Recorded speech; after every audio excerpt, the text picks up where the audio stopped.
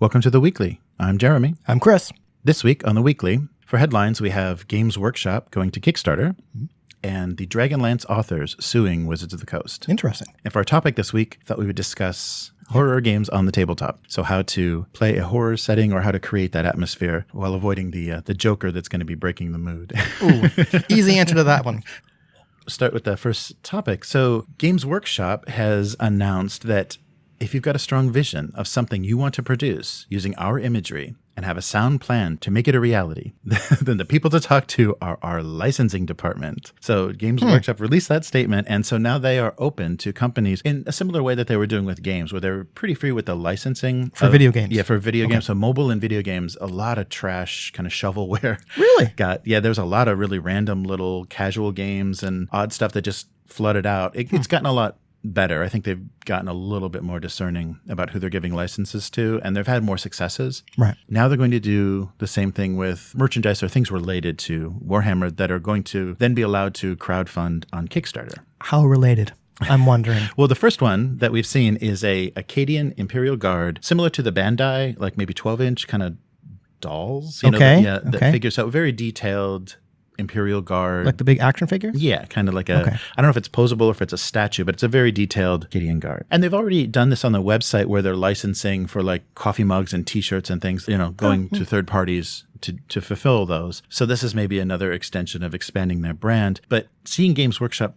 branded things on Kickstarter is going to be a little strange. Is it really any different from what we've talked about in Kickstarter before about how companies are moving in to use it as a pre-order when it was originally designed as something else? And although this is different, I kind of see it as another logical extension about like a big company with a noticeable IP saying, okay, we want another revenue stream.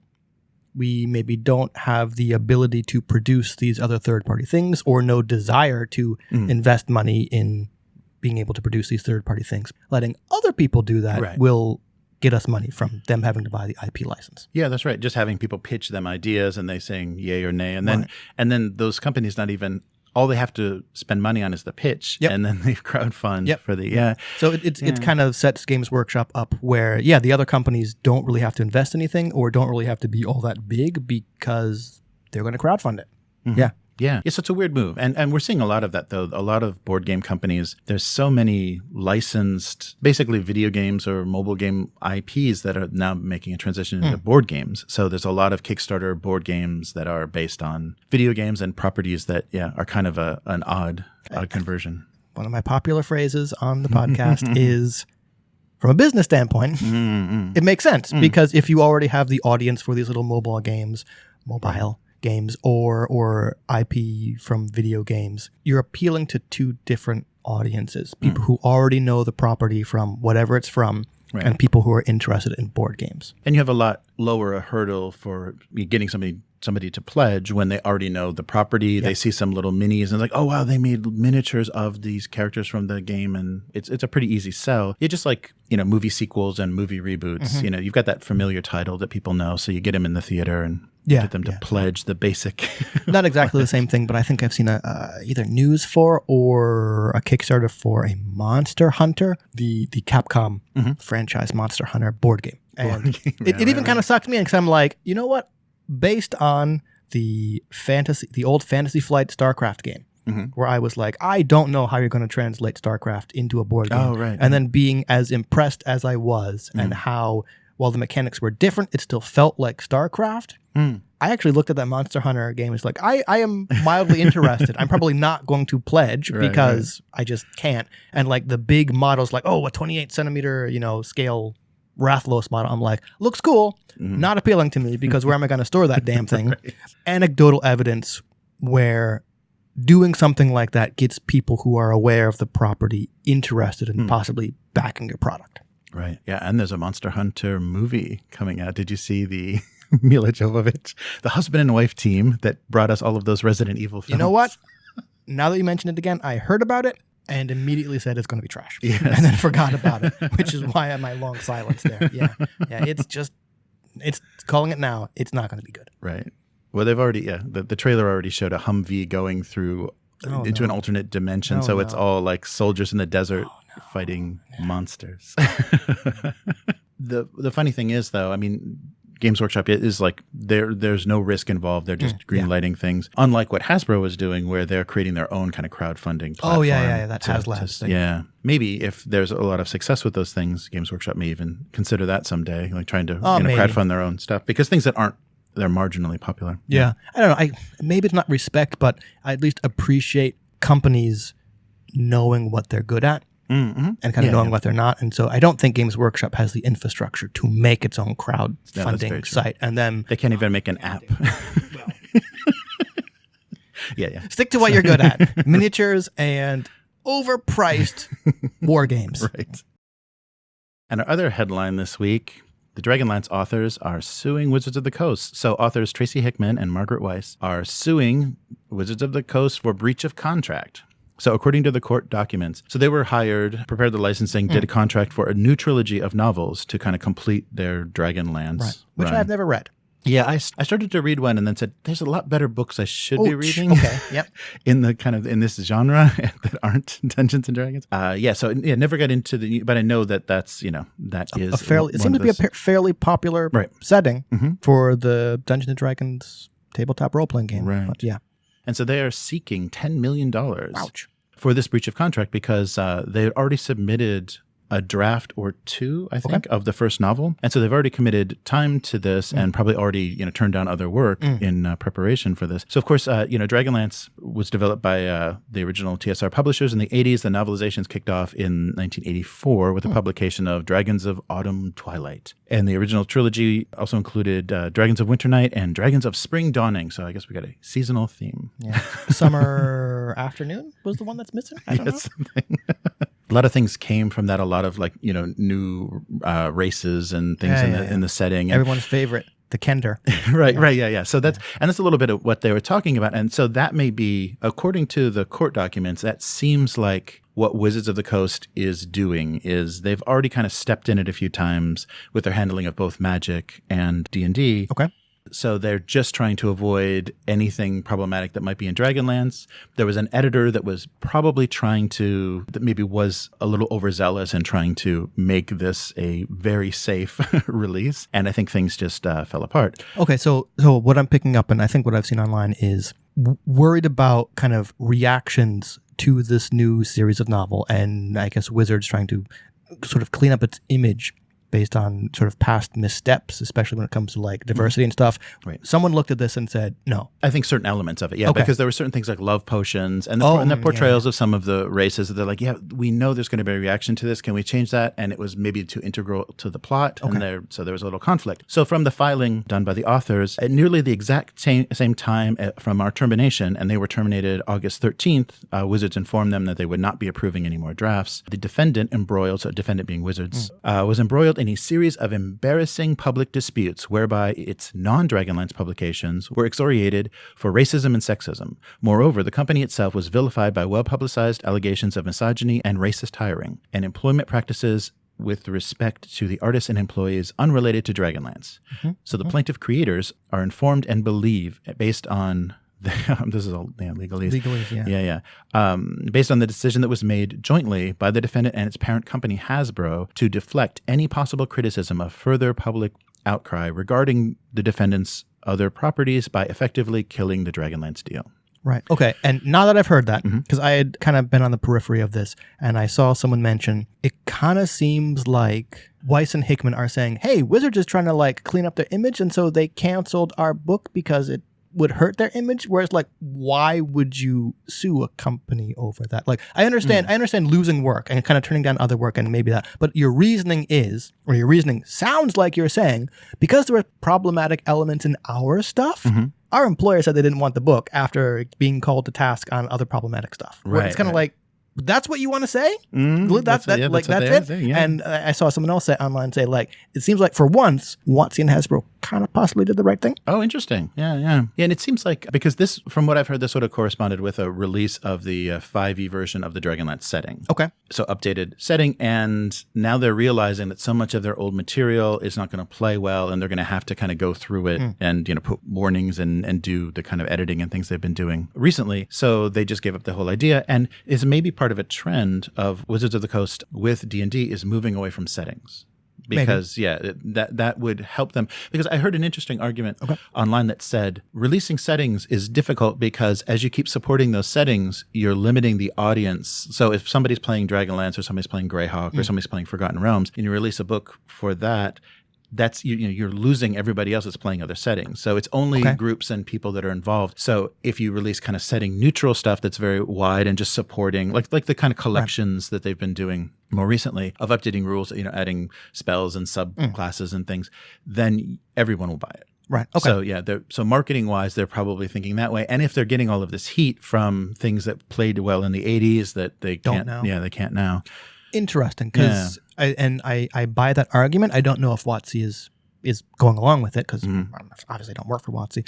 I remember some of their other stuff, especially around like 4E, they were releasing settings or parts of settings and just kind of saying, oh, and now this race, especially like Dragonborn, like this race from which used to be the setting is now kind of canon and everywhere. And so the things had to be like rewritten to include elements across like all of the settings, which I felt kind of flattened stuff, but did make it easier for people to like campaign jump from setting to setting. And I have no idea how frequently that happens. Yeah, it's not a good sign for revival of old work because it doesn't sound like Wizards of the Coast wants to deal with any of this, as far as cleaning it up. So they're just going to cut it off. It'll be like the extended Star Wars universe. It does not exist.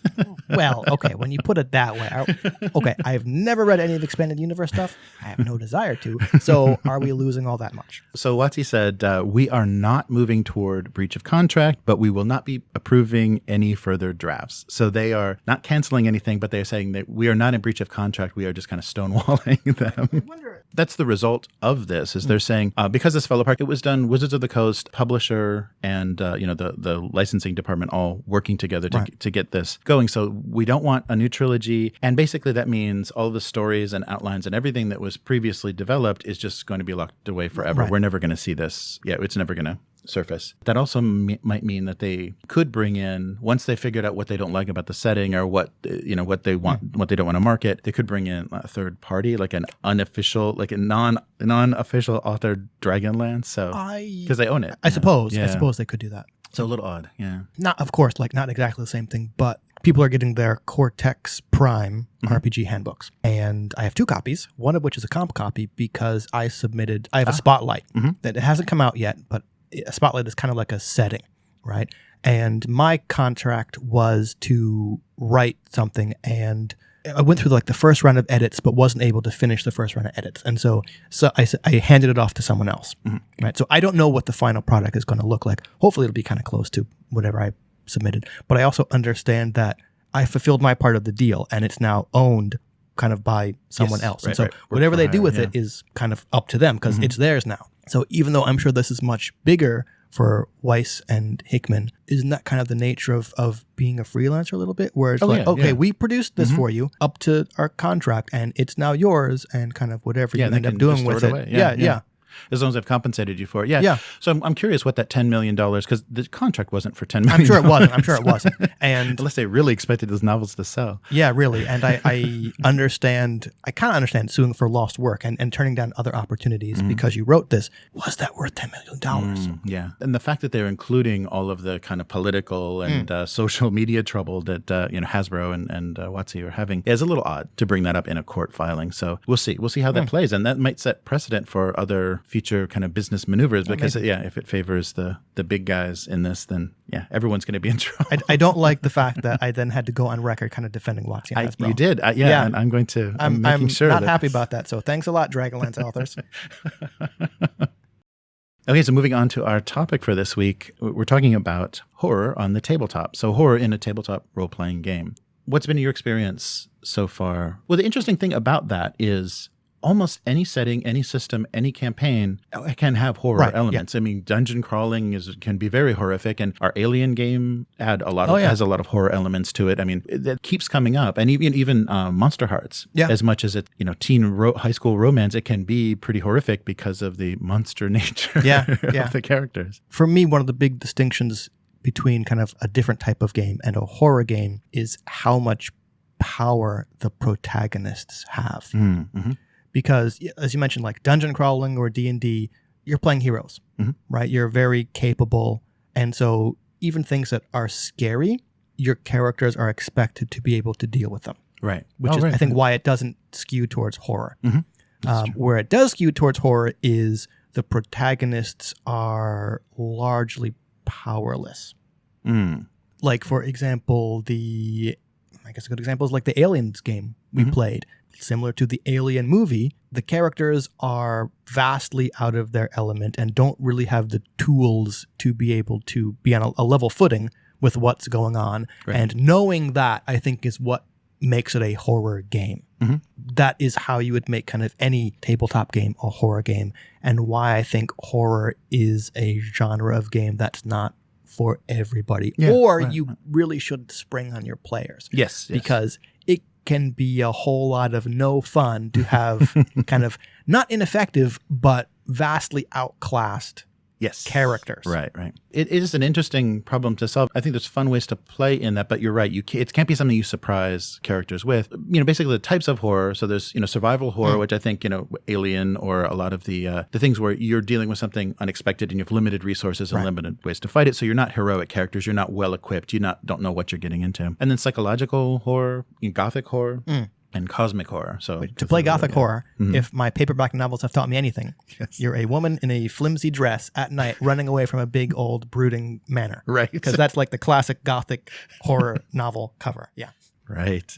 So what we're talking about, like, you're not surprising players with it. There has to be buy-in. Yeah. People have to go with it. Like I said in the introduction, like, you got a jokey player at the table that's just going to be making fun of everything. It's going to really undermine any atmosphere. You bring that up.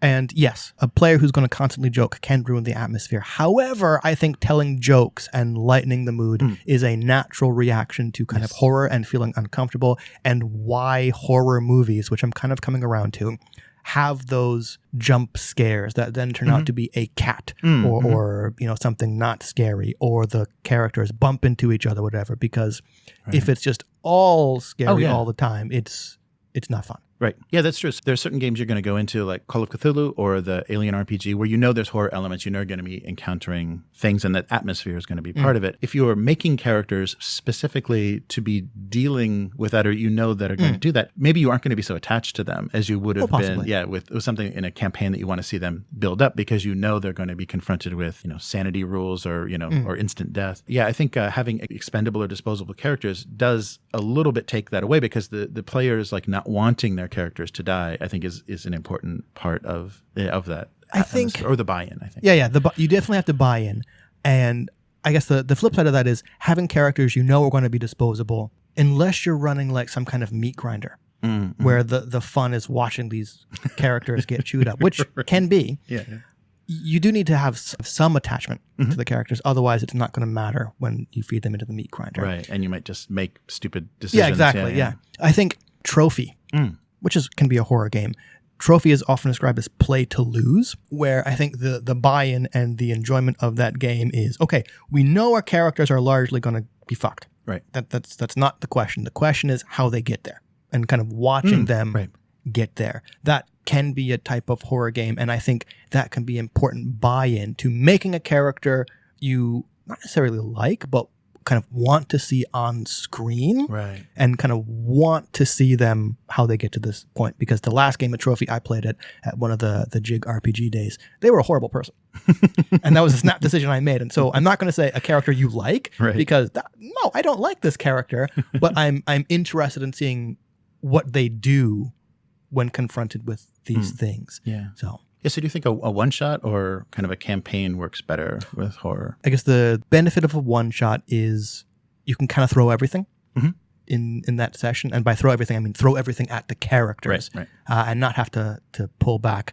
But I think there could also be, depending on the type of horror, especially if it's psychological, a campaign could be fun, though hard to maintain, where you could use like psychological, again, with player buy-in. You could use psychological, drawing a blank on the word, but basically you could kind of gaslight the characters, which is a big part of psychological horror, where, okay, yeah, that thing that happened 2 sessions ago, here's what actually happened. Right. Or like it would be hard to do, but you could do it, and you could only do it in a campaign where you could look at past events in kind of a different light that end up being horrific. Like, oh no, that wasn't a whatever you killed. It was actually a person. Right. Good luck with that. Yeah. Yeah. And one thing when I was reading about horror on the tabletop, one game that kept coming up is Dread. Using the Jenga tower. So I think that kind of that makes it mechanical. That that kind of takes a little bit of the burden off of the GM, because you have this thing that's breaking down and is going to make a loud sound. When it collapses. Oh yeah. I hadn't considered that. I see. Dread is kind of like the stress dice in Alien RPG, where you have an outside mechanic that the player is kind of aware of that heightens the tension of the game, where using that tumbling block tower to pull blocks from to see if you're successful is a metagame mechanic where the player is feeling some of the tension of not knocking that tower over, which I think is really cool. Yeah, definitely. The one thing, though, about the Jenga tower, when I was thinking about that and the different games it's been applied to, is it almost needs to make some sort of mechanical sense. What's the sci-fi game that uses it? It's like the last scene of Alien, and you're fixing the ship. Oh, The Wretched. Yeah, The Wretched. The Wretched, yeah. So when I was thinking about the Wretched, so that makes sense. If you're doing something mechanical, you're doing something to fix the ship, and it could go wrong. But in certain things, like where your emotional state or something, that's a little too abstract for me as far as like a Jenga tower. Like there seems to be something that motion or that the physicality needs to connect to. I see what you're saying. Yeah. There are some settings or some styles of game where pulling a block from the Jenga tower will kind of take you out of the moment. Right. But I guess it's kind of the same as like rolling dice. Oh, that's true. Or drawing a card. But there is a different, while it's similar, there's a different tactile feel to it and a different kind of psychological feel to it that kind of should be taken into account. Right. So yeah, I totally see that. Some of the better games I've seen, it could all be emotional state. And then the collapse of the tower represents a breakdown. Right. Or one version, I think of The Wretched, you were building a life raft. And instead of pulling blocks, you built a tower up. And then if it fell, it was game over. There are things you can do with it. But yeah, I see your point. So would you consider only the setting or actually the entire, like the mechanics and everything of something like World of Darkness being a horror game? It could be either and or both, which is a wishy-washy answer. But I remember from running Ubiquity and simultaneously running a vampire game. I remember Chris one time said he was afraid to have his character do things in Vampire because the dice chances of success were so much lower than they were in Ubiquity. And this was years ago, and that's one of the things that could kind of flip the switch of, system matters. Right. Because they were both dice pool mechanics, and you were essentially kind of, you totaled up your dice and you rolled them and counted successes. But where Ubiquity is 50-50, World of Darkness was like 70%, like 7 plus on a D10. And just that change made one game horror or feel more horror and one game feel more pulp. Interesting. Yeah, no, that's a really good point, though. Chance of success is, if it's against you, then it definitely feels, much more interesting. Because I was thinking about that, because there are, settings of games and you're playing vampires and werewolves and things, but it doesn't necessarily have to be horror, because you're normal. That's the normal state of the world, Even just kind of like player reaction, because bringing up Monster Hearts, I mean, we had people eating hearts right out of a still warm corpse in Monster Hearts game. And how the characters reacted to that, I think, determined whether it was horror or comedy. Right. And in our game, it was a horrific and kind of violent act, but it ended up being kind of humorous. Yeah, no, that's true. I think that, the reaction of the table, has a lot to do with that, definitely. As that example, the Alien RPG, I listened to a lot of actual plays of that, and there was such a huge range of people that, they really like quietly, very tensely like moved through this spaceship, examining doors and kicking piles of debris and things. And we just kind of walked and talked. And again, having run that game a couple times now and played in it, one of my favorite questions is, do your characters have any reason to move quietly? Right. And to their credits, the players I have had have looked at each other and said, as characters, no. Right. And you're just like, okay, well, we're that's the game we're playing. I've not lucked into any Alien RPG actual plays that didn't come off as kind of comical to me. And I've not been able to kind of listen to them and hang with them. So I'll have to try and look for some more. I was surprised by the range. And I think, people want different things out of games and have different kind of predisposition going into certain settings. Because in Alien, we talked about that, you are definitely you're going to encounter a xenomorph. So at what point is that going to happen? Or not, you're going to encounter something else. Right. Xenomorph adjacent. Right, that's right. That's right. Something else that is not quite, but could have been a prototype of, right. Yeah. But if you are considering for this, the Halloween season, playing a horror game, think about some of those ways that you have to plan for character buy-in or plan, what you can do in a campaign versus a one-shot, because I think it'll make a big difference in the game. And there's actually a very interesting essay written by Ash Law called The Trajectory of Fear. Ooh. That talks about how to build fear and gives examples from movies. And this basically could be applied to writing, but the writer makes specific examples of how this works on tabletop and how you should use it. And just like you were talking about, you can't have constant terror, or because it'll become farcical or just ridiculous, or people can't stay tense that long, so they're going to start joking. The writer talks about the 4 fears and how to use these in a tabletop session and kind of the balance, the trajectory, of the title of how these things work. And so just briefly, the 4 fears are unease, dread, terror, and horror. So unease would be the starting point. So it's the knowledge of something that is not right in the world. Dread is a suspicion, unconfirmed, that something is not right and is here.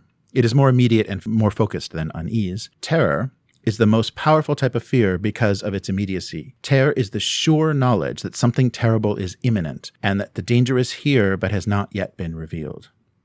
And then, of course, horror is the most immediate and primal type of fear, but paradoxically the weakest. So horror is the revelation, meeting the danger and discovering the boogeyman. Horror is the punchline of fear and the thing that elicits gasps and jumps. So the thing that's done really well in this essay is there are direct examples from movies like Blair Witch or Alien or things that you can relate to, movies that you've seen that talk about how that building tension works, how you start with unease into dread into terror. And it's very similar to a narrative curve where things have to build and then be relieved. And terror is like they say, the punchline or the release of that building dread, that building terror. So I'll put a link to that in the description. And I think it's well worth checking out because it'll give you a good idea if you want to run something on the tabletop, at least how to pace things and how to overuse certain types of fear. And they give good examples about what too much of one thing becomes, too much unease or too much dread or too much horror, what that turns into. And I think that's an important thing to keep balanced and to pace your sessions and build